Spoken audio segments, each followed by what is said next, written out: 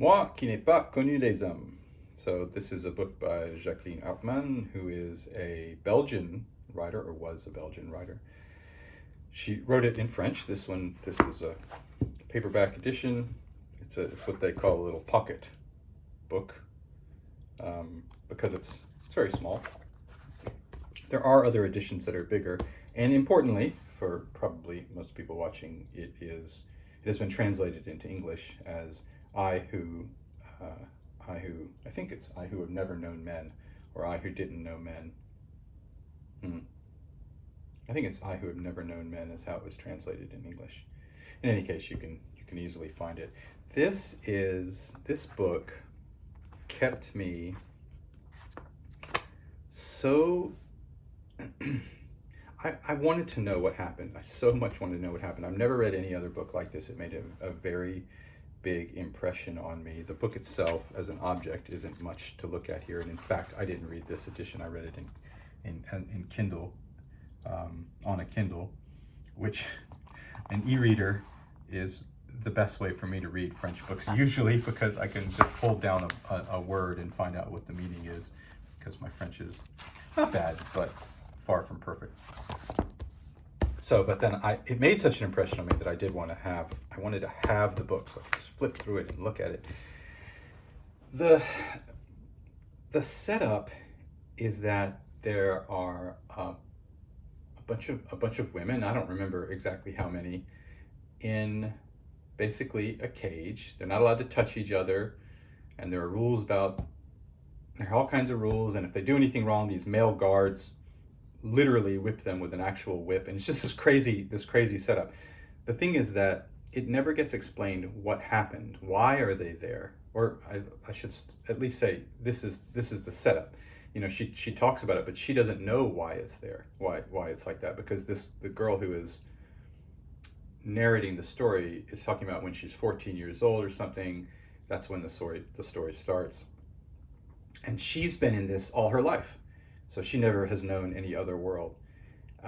It's really interesting to know sort of that kind of like, well, what's happened, and you're trying to figure things out and trying to understand the situation.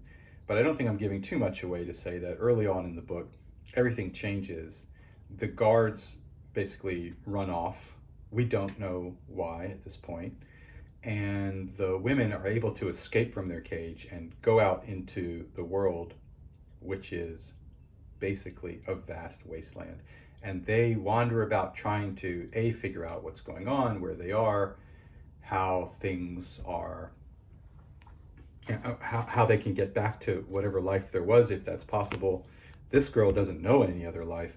And they occasionally find other places where people were held, not just women, but sometimes there are men held. It is it is bleak, and and she is trying to understand not only the world that she lives in, but the world where that used to be, by talking to the women who don't really want to tell her everything. They withhold. They don't want to tell her about sex, for instance, and men, for instance, because they don't think she's ever going to experience that anyway. And some of it is trying to protect her from some of that. And they explore around, they try to find things, they find clues and hints, and it goes on and on. And in some ways, as I say, it's very, very bleak. But it really, when I read The Road by Cormac McCarthy, it reminded me of this book, which was written long before The Road was written, in some of that kind of traveling around, searching through a bleak environment.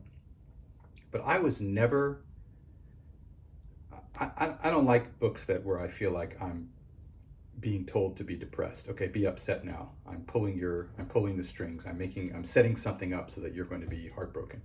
It wasn't really like that. I was fascinated the whole way. Every chapter, I would stop, and like when I had dinner with my family, I'd be telling them, well, here's what happened with the women today, and here's the situation, and they found this and they did that. And I had chats with other people. I was chatting with a French guy at the time once a week, and I was like, here's the update. And it was really, I don't know, man, it kept me absolutely fascinated. So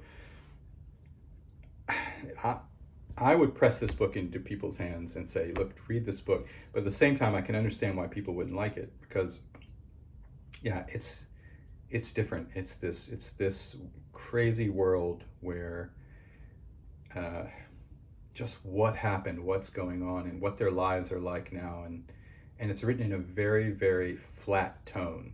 She does not feel sorry for herself. She is not mourning the loss. Sometimes she gets angry at the women around her, but she never, it's not really a matter of self-pity. It's really, I just really like this book. I'm going to read it again sometime, but I haven't read it again yet. Okay, so that's Jacqueline Harpman, and it's Moi qui n'ai pas connu les hommes, or it's either I who have never known men, or I who didn't know men. I think it must be translated. Well, I don't know which one. We'll find out. And yeah, so there we go. This is just a little livre de poche, means a book of the pocket, a pocket, like a pocket-sized book.